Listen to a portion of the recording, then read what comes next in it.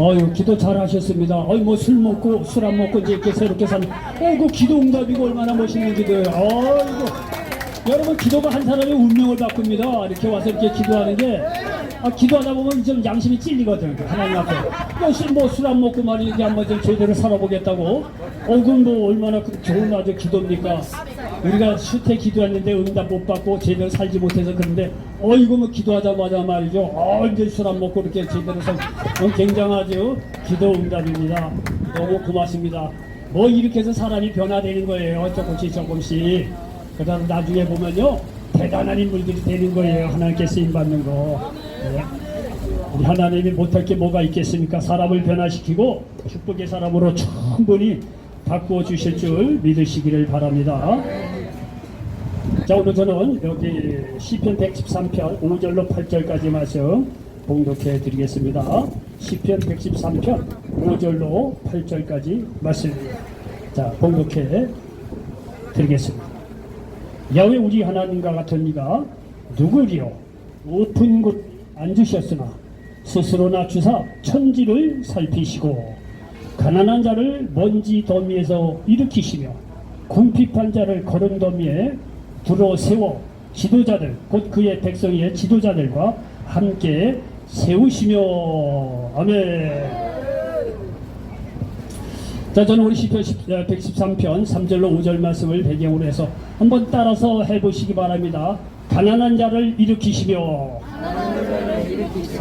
가난한 자를 일으키시며 라는 제목으로 말씀을 전하면서 하나님의 은혜가 넘치시기를 예수님의 이름으로 간절히 축원을 드리겠습니다. 여러분요, 세상에 유명한 이 소설가나 말이죠, 문학가라는 사람들 보면은요, 세상에 있는 일을 배경으로 쓰는 소설도 많지만은 대부분요 세상에 일어나지 않는 것을 가상으로 해서 쓴 소설들이 많아요. 그리고 아주 문학적으로 훌륭한 작품들이 많이 있고 노벨상 받기도 하고요. 근데 여러분요, 특별히 시편을 읽어보면 말이죠, 정말 하나님의 영감을 받아서 기가 막히게 시를 기록해 놓고 있는데, 근데 시편의 대다수는 책상머리에 앉아서 그냥 상상 속에서 쓰여진 그런 이야기들이 아니고 하나님께서 이스라엘 민족에게 또는 예수 믿고 구원받은 백성들에게 행하신 그런 역사적인 사실을 배경으로 해서 쓰여진 시가 대부분의 사실을 믿으시기를 바랍니다. 여러분, 시편에 일어나는 얘기는 그냥 세상의 문학가들이 책상머리에 앉아서 아주 뭐 구름에 달 떠가듯이 그렇게 말이죠, 이렇게 쓰여진 게 아니라는 거예요. 실제적으로 하나님을 만날 사람들이 하나님을 만났더니 놀라운 어려움 속에서 이겨내고 헤쳐나고 승리하고 다시 이렇게 세우심을 사람 많은 사람들이 그거를 배경으로 해서 개인의 역사건 이스라엘 역사건 간에 하나님께서 이스라엘에게 또는 개인에게 역사한 놀라운 것을 실제적인 이거를 경험으로 해서 그렇게 쓰여진 것이 시편이라는 사실을 믿으시기를 바랍니다. 그래서 여기 시편은 150편으로 되어 있는데 이게 거의 다 하나님께서 실제적으로 개인이나 하나님에게 또는 이스라엘에게 역사한 그런 역사적인 사실을 기초로 해서 하나님께 간증하고 찬양하는 것이 대부분이라는 사실을 믿으시기를 바랍니다. 오늘도 마찬가지예요. 여기 5절에 보니까 야훼 하나님과 같은 이가 누구리요? 높은 곳에 앉으셨으나 스스로 낮추사 천지를 살피시고 이렇게 말씀하고 있습니다. 하나님은 높은 곳에 계시지만 그런 높은 곳에만 있는 것이 아니라 스스로 낮추소 가난하고 궁핍한 자를 살피신다는 사실을 믿으시기를 바랍니다. 아멘. 여러분, 세상의 독재자들이 뭡니까? 우리는 정치를 잘 모르는데 말이죠, 이 정치라는 게 아주 이 마약과 같은 거라래요. 이게 정치에 딱 발을 들여놓잖아요. 이 마약과 같은 거라서 이게 빠져나오기 힘들다는 거예요. 뭐냐면 여러분, 정치가들이 정권을 한번 잡잖아요. 그 정권을 한번 잡으면 그건 놓치기 어려워요. 높은 자리에 딱 올랐었잖아요. 그럼 내려가기 힘듭니다. 그래서 독재자가 생겨나는 거예요. 온 이 세계 정치사를 보면요, 독재자가 얼마나 많이 있습니까? 한번 정권을 잡으면 내려올 줄을 몰라요. 그 자리에 있고 싶어 한 거예요. 그렇게 독재자들이요, 높은 곳에 올라가서 내려올 줄 모르다 보니까 결과가 대부분 비참합니다. 그런데 여러분요, 보십시오. 오늘요, 하나님은요, 온 만주에 주시고 온 우주 만물을 만드신 권세자임에도 불구하고 지금 여기 말씀드린 대로 뭐라고 합니까? 야훼는 모든 나라보다 높으시며 그의 영광은 하늘보다 높으시도다. 야훼 우리 하나님과 같은 이가 누구리요? 높은 곳에 앉으셨으나 스스로 낮추사 천지를 살피시고 말씀하고 있습니다. 하나님은 세상 권세 독재자하고 달리 높은 곳에 계시지만 낮은 데 처하셔서 우리의 가난하고 궁핍한 자를 살피신다는 사실을 믿으시기를 바랍니다. 여러분요, 이 얘기는 실제적인 역사적인 사실을 배경으로 하는 겁니다. 하나님은요 이렇게 높은 곳에 계시지만 오늘 말씀처럼 뭐라고 얘기를 합니까? 스스로 낮추사 천지를 살피셨다라고 말씀하고 있지 않습니까? 이건요 실제적인 사실이에요. 왜? 실제로 하나님은요 인간의 모습으로 오신 예수님을 보시기 바랍니다. 필립비서 2장 6절로 8절에 보니까 그는 근본 하나님의 본체시나 하나님과 동등됨을 취할 것으로 여기지 아니하시고 오히려 자기를 비워 종의 형체를 가지사 사람들과 같이 되셨고 사람의 모양으로 나타나사 자기를 낮추시고 죽기까지 복종하셨으니 곧 십자가에 죽으심이라 이렇게 말씀하고 있는 것을 우리가 볼 수가 있습니다. 여기 여러분 보십시오.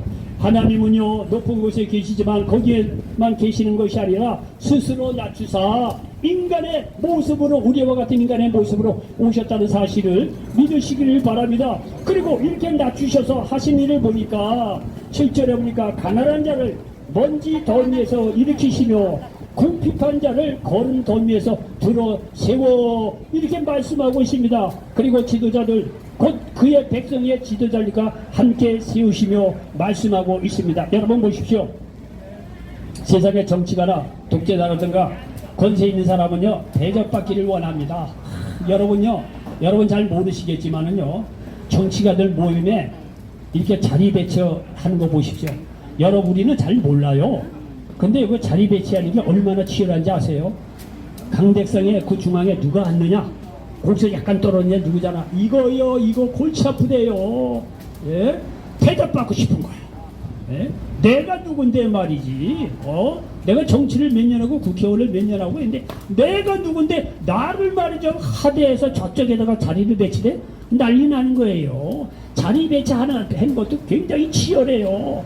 근데 여기 보십시오. 하나님은요 그런 높은 곳에 계시지만 거기에 있지 않으시고 인간의 모습으로 천하지천한 모습으로 오셔서 여기에 보니까 가난한 자를 도우시고 궁핍한 자를 그 기름 더미에서 일으켜 세워주신다고 말씀하고 있습니다. 여러분 이것이 거짓말이 아닌 것을 지금부터 제가 증명해 드리겠습니다. 예수님은요 정말 이 세상의 인간의 모습으로 오셔서 가난한 자로 주로 궁핍한 자를 찾아다니셨어요. 실제적으로 마태, 마가, 누가, 요한복음은요 다 어렵고 힘든 사람을 찾아다니셨어요. 자, 그 근거를 말씀을 드리겠습니다. 이게 마태복음 8장 1절로 2절에 보니까 이렇게 기록이 되어 있습니다. 마태복음 8장 1절로 2절에 보니까 예수께서 산에서 내려오시니 수많은 무리가 따르니라. 나병 환자가 나와 절하며 이르되 주여 원하시면 저를 깨끗하게 하실 수 있나이다 하거늘 예수께서 손을 내밀어 그에게 대시며 이르시되 내가 원하노니 깨끗함을 받으라 하시니 즉시 그의 나병이 깨끗하여진지라 말씀하고 있습니다. 여러분요 나병 환자 저희가 어렸을 때도 시골에 저희 살던 동네 나병 환자들이 있었어요. 옛날에는요 이렇게 관리를 국가에서 하질 않았기 때문에 나병 환자들이 동네에 다 있었어요. 여러분 아실 거예요. 보면은요 귀신 들린 자, 나병 들린 자 이런 사람들 보면 다 무덤이라든가 다 안으로 못 들어와요. 사람들이 막 쫓아내고 마을 어귀에서만 살았어요. 다 거지같이 동양에서 먹을 수밖에 없었어요. 여러분 예수님 당신은 얘기할 게 없을 거예요. 여러분 이 나병 환자 우리가 늘 들으니까 뭐 그러니 생각하는데 우리가 나병 환자라고 생각을 해보십시오. 그 인생이 얼마나 곤고하겠어요. 나병 들리는 순간 사회에서 격리입니다. 자기 가족으로부터 어쩔 수 없어요. 쫓겨나요. 쫓겨나서 어디로 가겠습니까? 예, 자기 마을 변두리에서 말이죠. 사람도 못 만나고 보고 싶은 사람도 못 만나고 그렇게 거지같이 살 수밖에 없어요. 구걸하면서. 여러분 그러니 그 나병 환자가 얼마나 마음이 아프고 가난하고 궁핍 때문에 얼마나 외롭고 힘들었겠습니까? 생각을 해보십시오. 여러분 내가 나병 환자로 생각할 때 수많은 사람들은요 예수님 옆에 딱 가까이 가서 그 얘기를 들을 수도 있고 말이죠. 축복도 받을 수도 있고 병도 고침받을 수 있었을 거예요. 예수님 가까운 데 갔으니까. 그런데 나병 환자는요 예수님 앞에 갈 수가 없어요. 근데 마치 예수님께서 가까이 오신다는 얘기를 듣고 지금요 이 나병 환자가 예수님 이렇게 가까이 간 것을 여기 볼 수가 있습니다. 여러분요, 누구는 예수님과 함께 건강한 모습으로 몰려다니는데 자기는 추한 모습으로 예수님 앞에 서야 하는 인생이고 보니 얼마나 고통스러운 인생이었겠느냐 이거예요. 사람들은 그를 무시합니다. 멸시합니다. 상대해주지 않아요. 자의반 타의반 어쩔 수가 없어요. 그때 당시에는. 그런데 예수님은 달랐습니다. 예수님은요, 나병 환자를 있는 모습 그대로 만나주시고 손을 내밀어 그에게 대시며 병을 깨끗하게 고쳐주셨다는 사실을 믿으시길 바랍니다. 보십시오. 가난하고 궁핍한 자, 마다하지 않고 있는 모습 그대로 우리를 맞아주신다는 사실을 믿으시기 바랍니다. 우리가 고생을 하다가도요, 오래간만에 고향에 내려갈 때는 있는 모습 그대로 못 가요. 어머니 아버지가 걱정할 거예요. 없는 양복이라도 빌려서라도 입고 가요.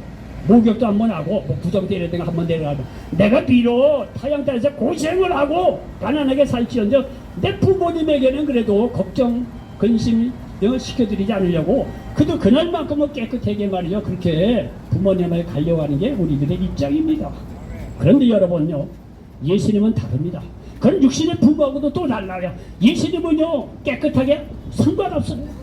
여러분의 어떤 불의한 처지, 형편, 가난하고 궁핍하다고 하더라도 있는 그대로, 있는 모습 그대로 예수님께서는 우리를 받아들인다는 사실을 믿으시기 바랍니다.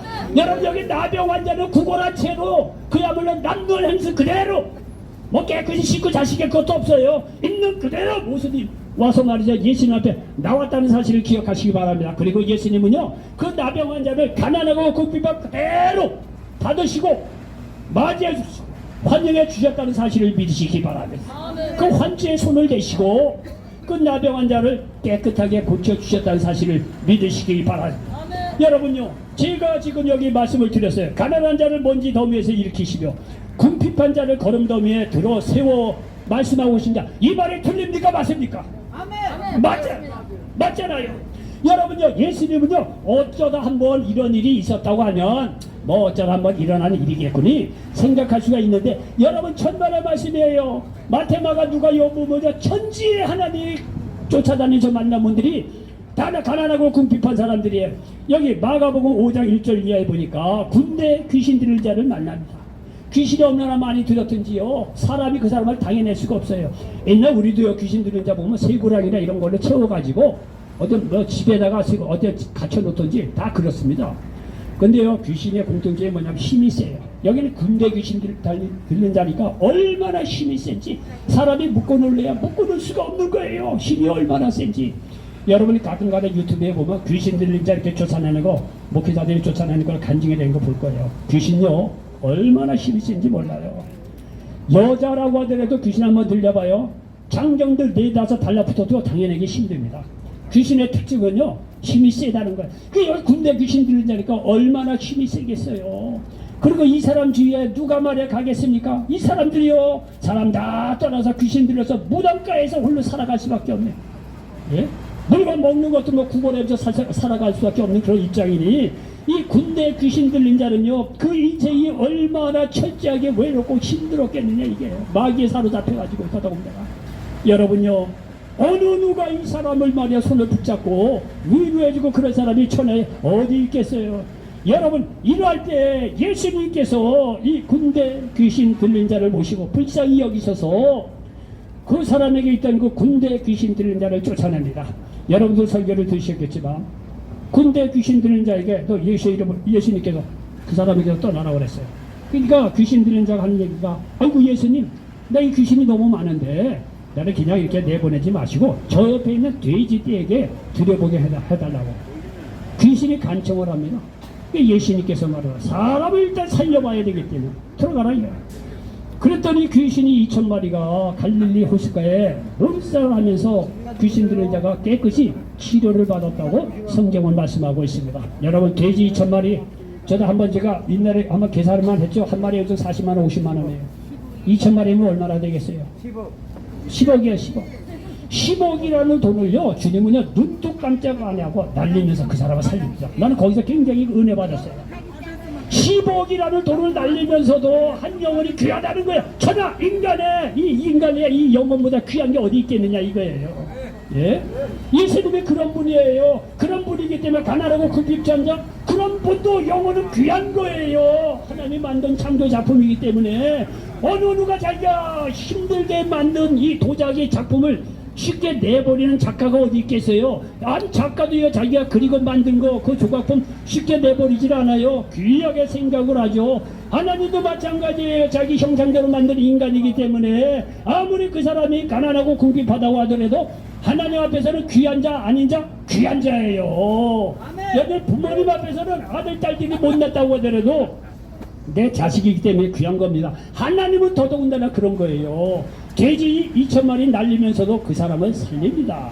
그러면서 이어서 여기 마가복음 5장 18절에 20절에 보니까 계속되는 이야기가 있습니다. 예수께서 배에 오르실 때 귀신 들렸던 사람이 함께 있기를 간과하였으나 허락하지 아니하시고 그에게 이르시되 집으로 돌아가 주께서 내게 어떻게 큰 일을 행하사 너를 불쌍히 여기신 것을 네 가족에게 알리라 하시니. 불쌍히 여겼다는 거예요.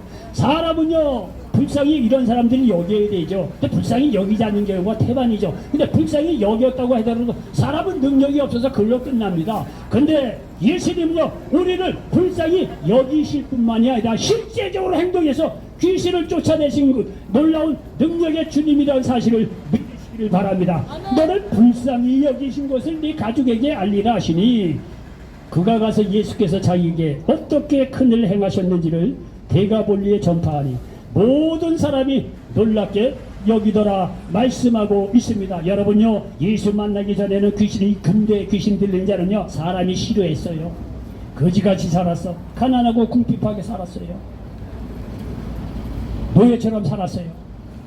그런데 시간이 많이 걸린 게 아니에요. 단지 모년 모월 모시에 예수님을 만난 것밖에 없어. 예수님을 만나서 귀신부터 자유함을 얻으니까 이제는요 사람을 피해 다니는 것이 아니라 오히려 말해 사람들이 그 사람에게 오게 됐어요. 왜? 어째 사람이 귀신 들린 자인데 어떻게 저렇게 변했어? 무슨 일이 있었던 거야? 아 예수 믿고 그랬대? 그래? 나도 문제가 있는데 나도 저 사람처럼 예수를 만나면 치료받을 수 있지 않을까? 여러분 군대 귀신 들린 자에게 사람이 몰려들었다는 거예요. 여러분요 자기가 예수 믿기 전에는 아무리 가난하고 궁핍하다고 하더라도 예수를 만나면 하나님께서 그 거룩되면서 일으켜 세워주신다는 사실을 믿으시기 바랍니다. 새로운 사람이 돼요. 그러면 그 사람에게서 예수님 얘기 듣고자 사람들이 몰려오는 거예요. 생명을 살린 데 쓰임받는 귀한 믿음의 사람이 된다는 사실을 믿으시기 바랍니다. 그러므로 여러분이 지금 가난하고 궁핍하다고 하더라도 너무 절망하지 마시기 바랍니다. 문제는 뭐냐면 가난하고 궁핍한 것이 문제가 아니라 거기에서도 깨우치지 못하고 예수를 만나지 않으려고 한다는 것이 그것이 문제예요. 가난하고 궁핍할 때 예수님 만나시기 바랍니다. 저는 예수님께서 여러분 가난하고 궁핍한 속에서 구원해내신다는 사실을 믿으시기 바랍니다. 치유해 주시고 여러분을 쓰신다는 사실을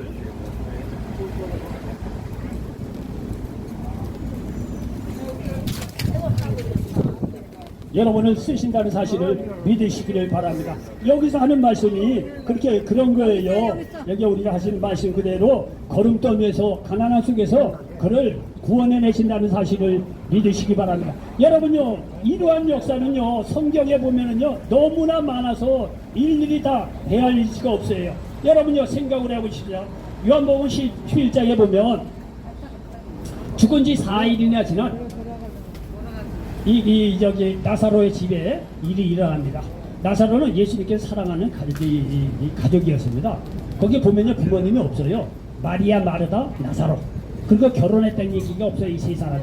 그러면서 아직 젊은 세 사람이. 그러니까 부모님 없이 이 세 사람이 살아가고 있는데 가정 여러 가지 상황에서 그렇게 풍족한 가정은 아닌 것 같아요. 어쨌든 간에 자 여기에서 이 예수님께서 사랑하는 나사로가 말이죠 병들어 죽게 된 거예요. 그러니 행복이 넘치고 의미가 있고 그런 가정이었는데 이거 오빠 나사로가 죽게 됐으니 얼마나 그 가정에 절망이었습니까? 그런데 말이죠 이 나사로가 병들어서 죽게 됐는데 예수님에게 사람을 보는데 오지를 않는 거예요. 그런데 하루 이틀 3일 4일이나 지나서 비로소 예수님께서 어슬렁어슬렁 이제 설명을 하자면 천천히 오신 거예요. 그러니까 말이죠 어디에 있던 많은 사람들이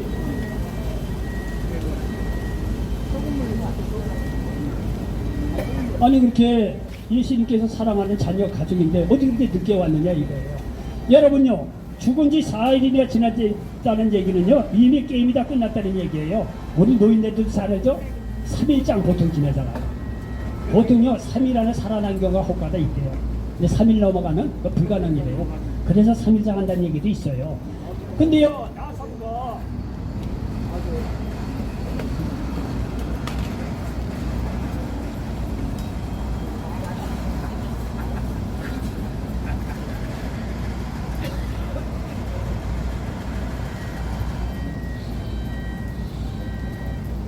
오늘 있으려면 언제나 말씀이요.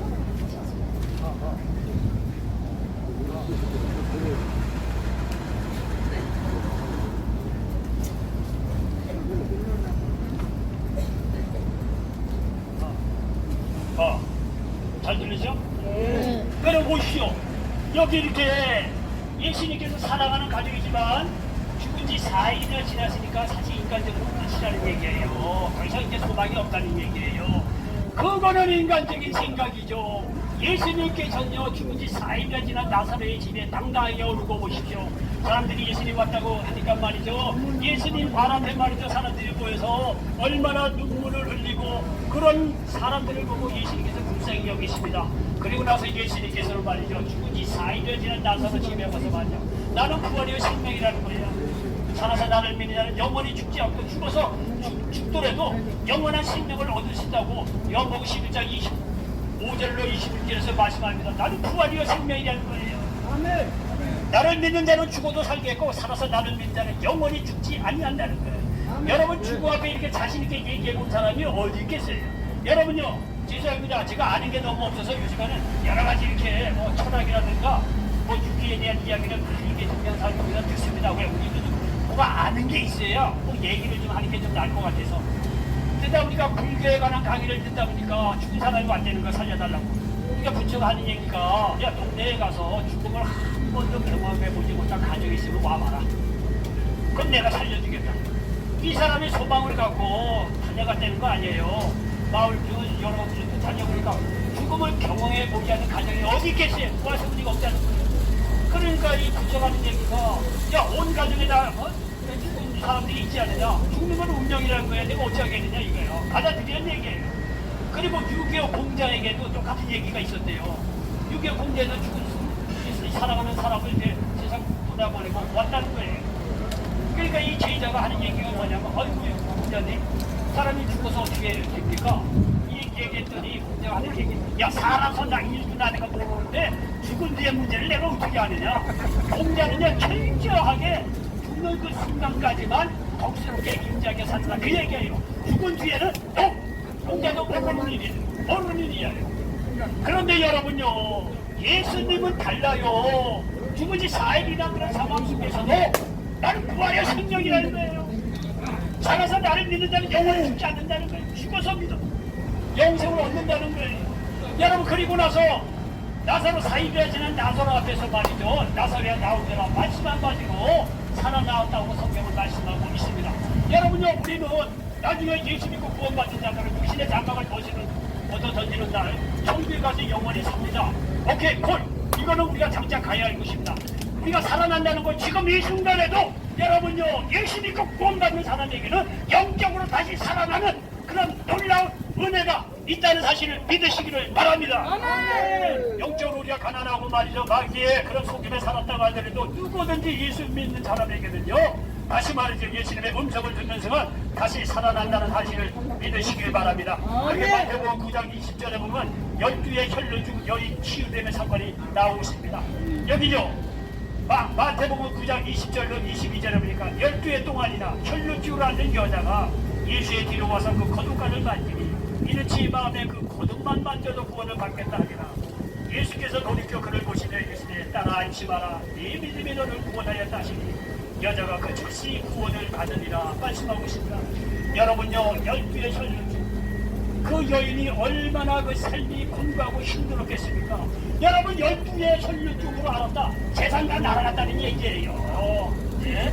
돈 있는 거 없는 거 다 긁어모아서 살려보려고 했지만은 12년이 지나갔어요. 이건 인간적으로 불가능하다는 얘기고 사람으로서 할 수 있는 데까지 다 한다는 얘기예요. 집안에 있는 재산이 뭐고 다 따라갔다는 얘기예요. 그러니 12해 동안 혈육적으로 이 고생하는 이 여인은 그야말로 가난하고 궁핍하게 살아있을 것이 분명한 거예요. 그래서 예수님께서 이제는 마지막 희망으로 이 12의 혈육주 하는 여인이 야, 소문이 듣자니 예수님 앞에 가는 자들은 시절이 막는 데더라. 그러니까 내가 사람이 가버리가 사람이 아니니까 야, 어떻게든지 간에 예수님의 모세만 소개되어도 내가 나지 않겠는가. 상황이 너무 공고하다 보니까 그쪽으로 믿음이 발전한 거예요. 내가 예수님을 직접 만나지 못한다고 하더라도 옷가에라도 손을 대면 내가 낫지 않겠는가. 이런 믿음이 생긴 거예요. 이거는요, 이 여인으로서는 마지막 절규예요. 이 여인으로서는 마지막 희망이에요. 내가 사람이 많아서 예수님 앞에 갈 수 없다라도 옷가에라도 손을 대면 내가 나음을 잊지 않겠느냐. 여러분요, 이 여인에게는 이것이 마지막 절규예요. 살아보겠다고 하는 마지막 절규예요. 그 인생이 얼마나 가난하고 궁핍했겠어요. 이 여인은 마지막 희망을 갖고 예수님 앞에 나온 거예요. 겉옷만 만져도 구원을 받겠다는 거예요. 이런 것을 보고 겉옷을 만졌더니 그 여인이 치료받은 것을 예수님께서 느끼신 거예요. 그래서 예수께서 돌이켜 그를 보시며 이르시되 따라 안심하라. 내 믿음이 너를 구원하여 다시니 여자가 그 즉시 구원을 받으리라 말씀하고 있습니다. 여러분요, 예수님께서 이렇게 있어서 12회 하는 혈루주일 딱 가서 몸과의 손을 댔는데 나오는 거죠. 이때요, 여기 보니까 예수님께서 따라 안심하라. 네 믿음이 너를 구원하였다 하시니 이 말씀이 이 여인에게는 얼마나 큰 위로가 됐겠느냐 이거예요. 따라 안심하라. 내 믿음이 너를 구원하였다는 거예요. 여러분요, 어느 많은 사람들이 자기를 고쳐보겠다고 하지만 못 고쳤어. 돈을 명예에게 쌓아 바쳤지만 못 고쳤어. 이제는요, 소망이 없어요. 가는 것보다 당신 병 못 고쳐요. 이제는 며칠을 정리하셔야 돼요. 불안한 얘기만 들렸을 거예요. 절망의 소리만 듣고 사는 사람이에요. 이 사람은요, 가난하고 궁핍한 그야말로 절대적인 가난하게 살았던 인물이에요. 예수님께서만 이 여인을 보시고 안심하라. 네 믿음을 너를 구원하였다 하였니. 여러분, 이 말을 듣는 순간 이 여인은요, 그야말로 지옥에서 천국으로 이동했을 것 같은 그런 마음이었을 거예요. 여러분들도 아무리 힘들고 가난하고 궁핍한 속에 있다고 하더라도 믿음으로 주님께 나와서 아뢰시기 바랍니다. 내가 내는 말이요, 예수님은 어제나 오늘은 영원토록 동일하세요. 여러분에게도 똑같아요. 얘야, 편하게 얘기하겠습니다. 얘야, 안심하라. 내가 내 힘들고 알고 내 근심 걱정을 알고 내가 나한테 나와서 힘나고 감사하고 내가 잘 알고 있어. 안심하라. 내 믿음이 너를 구원했으니 모든 문제, 근심 걱정 이제는 걱정하지 마라. 내가 해결해 줄 것이다. 여러분, 기도 가운데 이런 하나님의 내적인 음성을 듣고 기도 확신을 얻는다고 한다면 그 사람의 인생은 거기서부터 새로운 축복의 길로 인도해 가신다는 사실을 믿으시기를 바랍니다.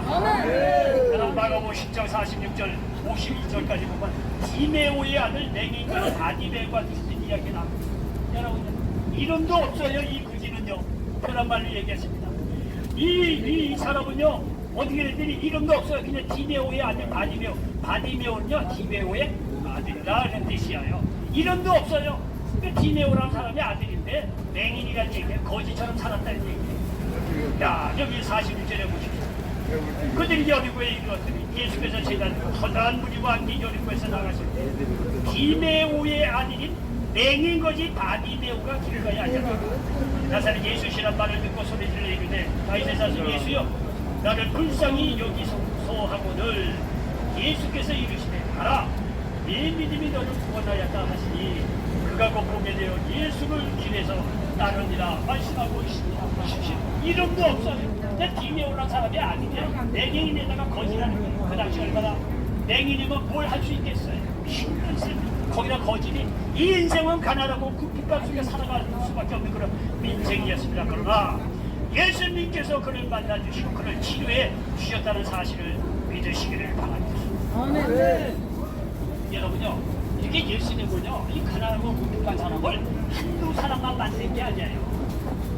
가는 곳마다 가난하고 궁핍한 사람을 만나셔 그들의 문제에서 걸음더미에서 일으켜 세워 주셨다는 사실을 믿으시기를 바랍니다. 이 얘기를 하려고 하면 끝이 없어요. 여기 누가복음 7장 11절에 보면 나 인생에서 과거에 죽은 독자를 살립니다. 소망을 주지요.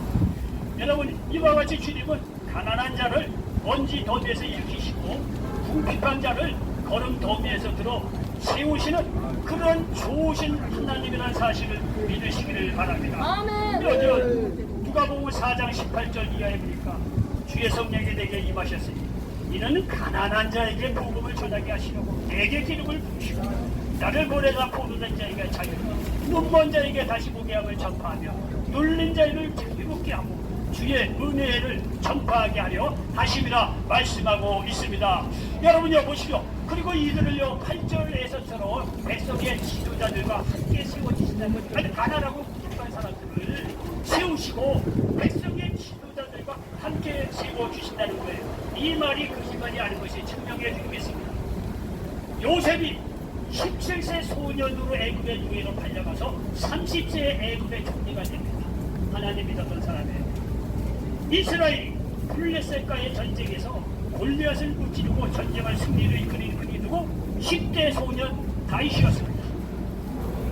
미디안에게서 이스라엘을 구한 사사 기드온은 북비관 집안 출신의 가장 작은 자이었습니다.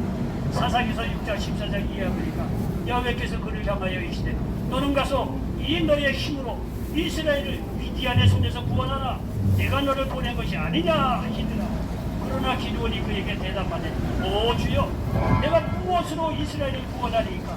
보소서 나의 집은 문하세 중에 극히 약하고 나는 내 아버지 집에서 가장 작은 자니이다 하니 야훼께서 그에게 이르시되 내가 반드시 너와 함께하리니 네가 미디안 사람 치기를 한 사람을 치듯 하리라 하시니라 말씀하고 있습니다.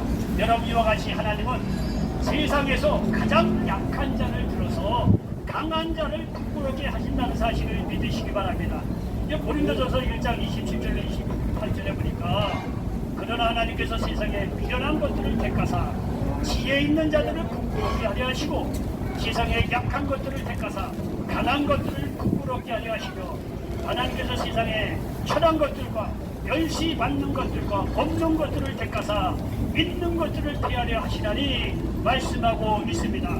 여러분요 이 얘기는요 한 개인에게만 국한되는 얘기가 아니라 한 개인도 가난하고 궁핍감 속에서 들어 세워주시는데 이거는 한 개인뿐만이 아니라 한 나라에서도 마찬가지입니다. 나라도 그렇다는 것을 말씀드리겠습니다. 여러분요 오늘은 8.15 광복절입니다. 우리나라 일제 36년 고통 가운데 지냈습니다. 좋은 거는 일본 놈들이 다 빼앗아 갔어요. 그리고 해방되자마자 6.25가 터졌어요. 6.25가 터지고 나서 우리나라 경제 수준이 아프리카의 가난한 나라보다도 못한 세계 최빈국이었습니다. 그런데 여러분 생각해 보십시오. 50년이 안 돼서 50년이 안 돼서 유엔에서 구원을 받던 나라에서 구원을 주는 나라가 유일한 나라가 우리나라예요. 세계 10대 경제대국이 됐어요. 여러분 생각해 보십시오. 이거는요 솔직한 얘기로 있을 수 없는 기적과 같은 일입니다. 불과 50년이 안 돼서 세계 10대 경제대국. 우리나라가 뭐 잘난 게 뭐가 있어요. 옛날 민족이 그 민족이 그 민족이 단지 딱 하나 다르고 1900년도 전후에서 기독교 예수 믿는 그런 종교가 들어왔다는 것 외에는 다른 게 하나도 없어요. 여러분요 나라를 이끌어가는 데는요 대부분 그 나라 사상이라든가 종교가 있어요. 고려시대 때는 불교였어요. 일시조선 때는 유교였어요. 그 부분이 강성한 데가 있겠습니까? 우리나라는요 일제시대 지나고 1900년 전후에서 기독교가 들어오고 나서 이제는 기독교 인구가 1000만이 넘는 그런 이 나라에서 살고 있습니다. 하나님께서 예수 믿는 사람이 이렇게 많으니까 하나님께서 축복해 주신 거예요. 여러분 일제 수탈 다 당하고 여러분요 6.25라고 하는 전쟁 차반을 겪은 이 민족이 누가 2000년 전후에서 세계 10대 강제국이 될 거라고 누가 예언을 할 수 있었겠습니까? 이건 생각할 수 없는 일이었어요. 그런데 이것이 현실적으로 일어났어요. 대한민국에서 일어났다는 거예요. 아멘. 왜? 예수 믿는 영혼이 많으니 예수 믿는 영혼이 1000만이나 되니 아무리 예수 믿는 사람이 부분적으로 남들이 욕하고 뭐하고 부족한 게 있으니까 그럴 수도 있겠어요. 그러나 여러분요 그런 게 아닙니다. 예수 믿는 영혼이 이렇게 많다 보니까 하나님께서 우리 민족을 가난하고 궁핍한 거름덩이에서 일으켜 세워주셨다는 사실을 믿으시기 바랍니다. 여러분은 지금 역사의 현장에서 보고 있잖아요. 오늘 8일은 광복절이에요. 광복절. 일제약 30년의 고통 가운데서 정말 자유를 얻은 날이에요. 얻자마자 1950년도 6.25가 터졌어요. 다 빼앗았고 다 무너지고 뭐 남은 게 뭐가 있어요. 부산 하나 동그라니 남아오고 말이죠. 거의 말이죠. 함락될 즈음에 하나님께서 역사해 주셔서 다시 반격에 반격을 해서 이 나라가 말이죠. 이게 남한만의 자유정부를 씌우고 예수 믿는 나라가 돼서 이렇게 하나님께서 축복해 주셨다는 사실을 믿으시기를 바랍니다. 여러분도 지금 나의 형편이 어렵다고 실망하지 마시기 바랍니다. 오히려 어려운 이때 예수를 만나셔서 구원받고 그분이 주시는 힘으로 사시기 바랍니다. 그리고 하나님이 영광을 위해서 사시기 바랍니다. 하나님이 여러분을 도우셔서 가난한 자를 일으키시며 궁핍한 자를 들어 씌우실 것입니다. 이런 놀라운 역사가 여러분의 생애 가운데, 아무의 생애 가운데 일어나시기를 예수님의 이름으로 간절히 축원을 드리겠습니다.